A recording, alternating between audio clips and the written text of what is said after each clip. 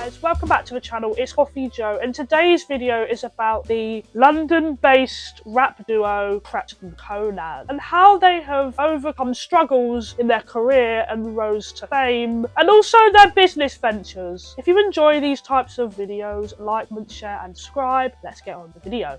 I do want to warn you as well, there is some building works going on outside every time I film a video, and let's get started. Krept and Konan are a South London-based duo, and they have had one of the most influential come up in music history. So they actually met due to them playing football on opposite sides of school teams, and one of their first projects that they worked on was Tsunami back in 2009. And I have not listened to this project. I might give it a listen. If you guys want me to review it, let me know, but it kind of slipped under the radar. But as well as making music, Krept and Konan were involved in gang activity. Gypset gang was around with Krept and stuff, and Konan actually did go to jail for stealing a jumper. But then they turned this around and focused on music. In 2011, they made a freestyle to the beat Otis, making jabs at each other, having a go. It was really funny. But Jay-Z wanted it off YouTube, and so it got taken down. But it is re-uploaded and you can watch it on YouTube. Also this year, Konan suffered one of the most traumatic events that he still brings up to this day, and he even made a documentary on Channel 4 called Trapped. So Konan sadly lost his stepdad. He was coming home and there were people up behind him, and this was all over a girl, by the way. Konan was dating a rival's girl, and they came in and shot the stepdad to death. Konan blamed himself for years, saying that he could have done more to stop this attack. So he made a song which was released in 2013. It was on the Young Kings project called My Story. That also had Don't Waste My Time, which started to get radio play, because before this, Krept and Konan didn't really receive any radio play, and they state that in some of their songs, like in The Long Way Home. That album's really good because it kind of talks about how they come up, how like their comeuppance and stuff, and them not really getting much love from critics and stuff. But Don't Waste My Time was a inescapable banger. I really like Young Kings. It's not my favourite, but I will put it on. People like Chip, Young'un, many more featured in the early projects. Now in 2015, this was their breakthrough project. Everyone was talking about Krept and Konan in 2015, and they released a song that was inescapable with Jeremiah. That's right, Freak of the Week. Beanie Man even jumped on the remix, as this sampled Sim Simma. And it was a really good song. I mean, I don't really listen to it a lot nowadays because it's kind of like overplayed, but that album, that project from Krept and Konan is one of my favourites. I really like A Long Way Home. It has songs like Falling, Last Night, and obviously their breakthrough single, Freak Week. Now in 2017, Krept and Konan released a 2-tape. It was like a 2-part. It was like 7 days and 7 nights. And 7 days was gritty, hard grime and trap and drill beats. My favourite song of that is the one with RAW, but I call them Ra, Kalas. And Told You was also on there, and Whoa Whoa Whoa, that had a lot of radio play, so that was played a lot on Capital Extra. That was their breakthrough lead single for that. And 7 Nights was more relaxed and R&B, and you know, Konan had vocals and songs for the girls. Krept had his Vibes Cartel type deal, and even in the beginning, the woman and the start of the song was like, oh,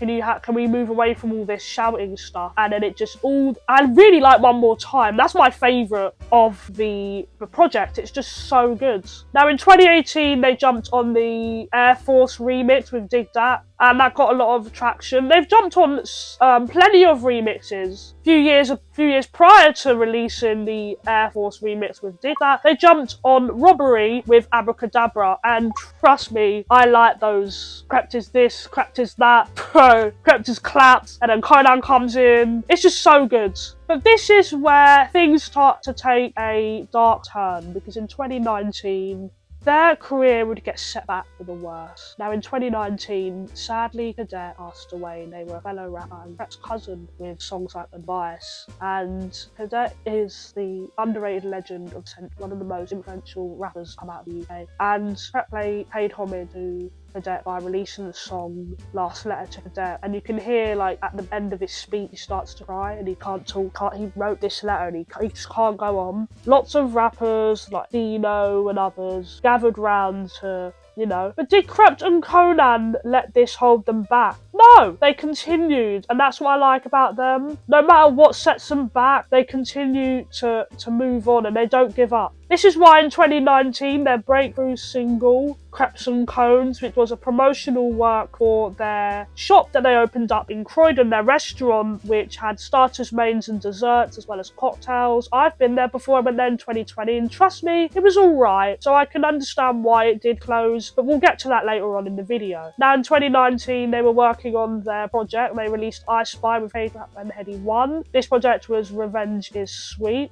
And very sadly, they had another hit. Nash, their business partner, sadly passed away. And this was a big hit to Krept Konan, but they kept on going. And the song on the album, Broski, actually did pay homage to him. But another good thing to come out of 2019 was the Rap Game UK, which is basically like the American version. And it aired on BBC 3 and BBC 1 and is available on iPlayer. There's 6 seasons and they're trying to find the best rapper. At the start, the first 2 seasons was to go to their label Pay Dirty, but now it's a cash prize, and the first female rapper won it in 2024 with alongside DJ Target and other guests appearing on it. It was a really good show, and I think you should give it a watch. It spawned rappers like Graph, Zones, Kiko, loads more. So give it a listen. Now in 2020, there was obviously that was the end of Krept Konan's album, and they didn't really release much in 2020, but Krept did have a daughter, Nala,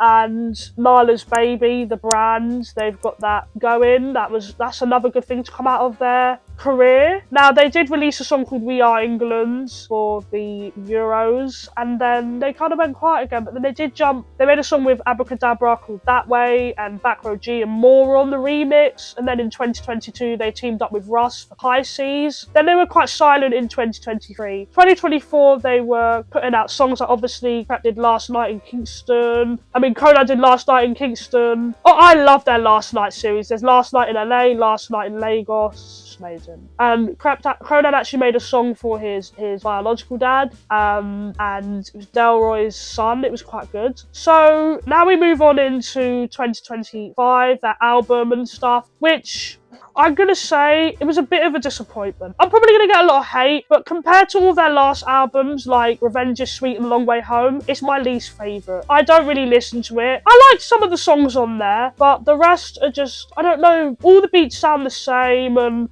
I'm not sure. I'm not really sure about the album. It was called Young Kings 2, and it was alright. I like how Krept spoke about his daughter and things. It was really sweet. They also opened up a supermarket in Croydon called Safeways. This caused a lot of backlash for some weird reason. I'm not sure why. But they have lots of things. They have halal things. They have a prayer room to go. You can go and sit in there, and it's just amazing. Overall, the state of Krept Konan's career is far from over. Although their album isn't really, it's okay, but, I haven't really seen it on radios and stuff. I'm not trying to be, critical, but some of their songs weren't great. I don't know, Pot of Paper in, that was a good one. But yeah, guys, I hope you've enjoyed this video. What do I think is going to happen next for Krept Konan? I think their shop going to be open for a while. Obviously, Krept Konan's closed late last year. I couldn't find any sources doing the research of this video to why it closed, but there could be some possibilities. COVID, maybe hygiene, and they maybe lost love for the business, which is quite sad in my. But I do think that their career is steadily continuing to rise up, and one thing you can take away from this video is that if you have a loss or anything happens to you, just never ever give up. Think of it as like a graph, and you have the line, it rises, it slowly dips, and then it comes back up again, and then it slowly dips, and then it goes back up again, and they manage to